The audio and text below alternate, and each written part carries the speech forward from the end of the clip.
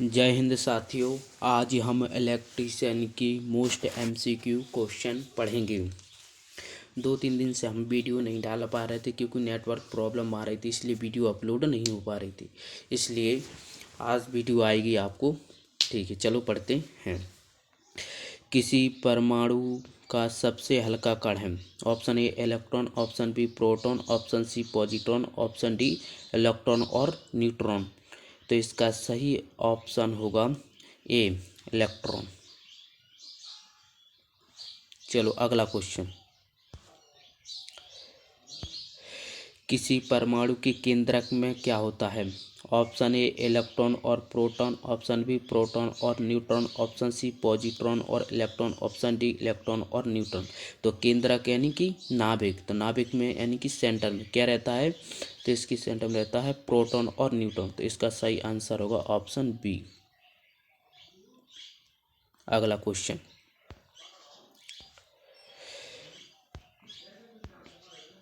परमाणु संरचना के अनुसार किसमें धनात्मक आवेश होता है। Option A electron, option B proton, option C positron, option D electron और न्यूट्रॉन। तो धनात्मक आवेश होता है, तो इसका सही आंसर होगा ऑप्शन बी प्रोटॉन। अगला क्वेश्चन। परमाणु संरचना के अनुसार किसमें ऋणात्मक आवेश होता है। Option A electron, option B proton, option C positron, option D electron और न्यूट्रॉन। तो इसका सही आंसर होगा ऑप्शन ए इलेक्ट्रॉन। इस टाइप के 3 क्वेश्चन बनते हैं, जैसे कि परमाणु संरचना के अनुसार धनात्मक आवेश किस पर होता है, प्रोटॉन पर। ऋणात्मक आवेश किस पर होता है, इलेक्ट्रॉन पर। कोई आवेश या उदासीन रहता है तो कौन सा होता है, न्यूट्रॉन। ये तीनों क्वेश्चन है इससे रिलेटेड। अगला क्वेश्चन। किसी परमाणु का द्रव्यमान माना गया यानी भार माना गया, तो सिर्फ न्यूट्रॉनों का भार। ऑप्शन बी न्यूट्रॉन एवं प्रोटॉन का भार, ऑप्शन सी इलेक्ट्रॉन का भार, ऑप्शन डी इलेक्ट्रॉन और प्रोटॉन का भार। तो इसका सही आंसर होगा द्रव्यमान यानी भार। भार कहाँ पर होता है, सेंटर, और सेंटर यानी नाभिक, और नाभिक में कौन रहता है, न्यूट्रॉन एवं प्रोटॉन का भार। तो इसका सही आंसर होगा ऑप्शन बी।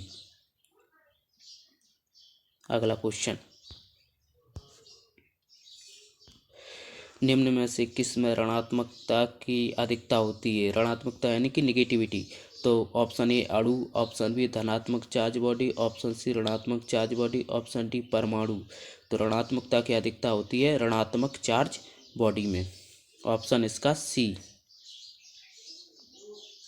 अगला क्वेश्चन।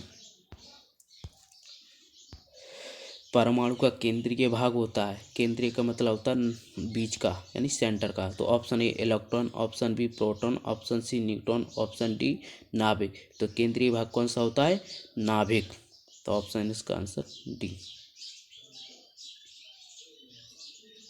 अगला, अगर ये पूछते कि केंद्रीय भाग में कौन कौन रहता है या नाभिक में कौन कौन रहता है, तो प्रोटॉन और न्यूट्रॉन आंसर हो जाता है। अगला क्वेश्चन। किसी परमाणु की के सेल में मौजूद इलेक्ट्रॉनों की अधिकतम संख्या होती है। Option A 2, option B 8, option C 4, option D 18। तो परमाणु की कक्षा 4 होती हैं। कौन कौन सी होती है, क्रम होता है KLMN। इनका भरने का नियम होता है 2n² नियम के अनुसार। पहली कक्षा में 2 होती है, दूसरी कक्षा में 8 होता है, तीसरी में 18 होता है और चौथे में 32 होता है। तो पहले कौन सी कक्षा, के। तो के में इलेक्ट्रॉन की संख्या कितनी होगी, 2। तो इसका सही ऑप्शन होगा ऑप्शन ए 2। अगला क्वेश्चन। दूसरा, किसी परमाणु की L सेल में मौजूद इलेक्ट्रॉनों की अधिकतम संख्या होती थी। तो KL, तो L में कितना बनना है, 8। तो option A 2, option B 8, option C 4, option D 18। तो इसका सही आंसर होगा ऑप्शन बी 8। अगला क्वेश्चन। किसी परमाणु की M सेल में मौजूद इलेक्ट्रॉनों की अधिकतम संख्या होती है। तो option A 2, option B 8, option C 4, option D 18।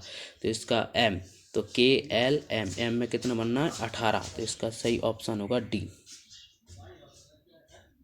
अगला क्वेश्चन।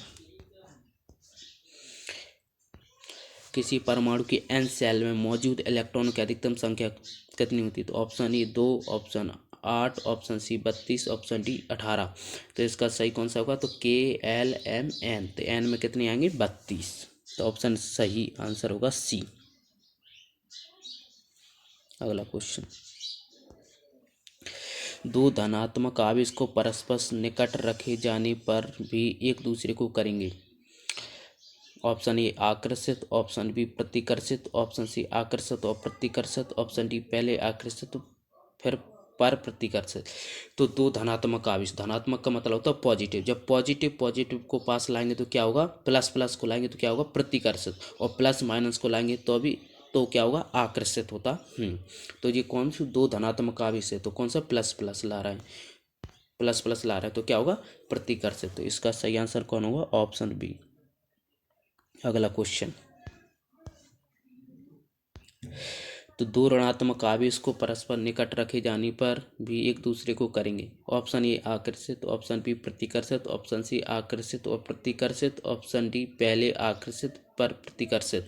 तो देखो अगर दो धनात्मक यानी दो प्लस प्लस तो भी प्रतिकर्षित होगा, दो माइनस होगा तो भी प्रतिकर्षित होगा, अगर प्लस माइनस होगा तो क्या होगा आकर्षित। तो दो ऋणात्मक यानी माइनस माइनस हो रहा तो क्या होगा, तो अभी प्रतिकर्षित होगा। तो इसका सही आंसर होगा ऑप्शन बी। अगला क्वेश्चन, विद्युत बल रेखाओं का कौन सा गुण नहीं है। विद्युत बल रेखाओं का कौन सा गुण नहीं है, यानी कि कौन सी चल रही, इलेक्ट्रिक रेखा चल रही। तो ऑप्शन ए धनावेश से आरंभ, ऑप्शन बी ऋणावेश पर समाप्त, ऑप्शन सी बल रेखा समांतर, ऑप्शन डी बल रेखा एक दूसरे को प्रतिच्छेद करती। तो इसका सही आंसर होगा कौन सा नहीं पूछा, तो धनावेश से आरंभ ये तो सही बात है, ऋणावेश पर ये भी सही बात, बल रेखा समांतर चलती ये भी सही बात है, लेकिन बल रेखा एक दूसरे को प्रतिच्छेद या काटती नहीं, तो ये ऑप्शन सही नहीं है। तो ऑप्शन इसका आंसर कौन सा होगा, डी।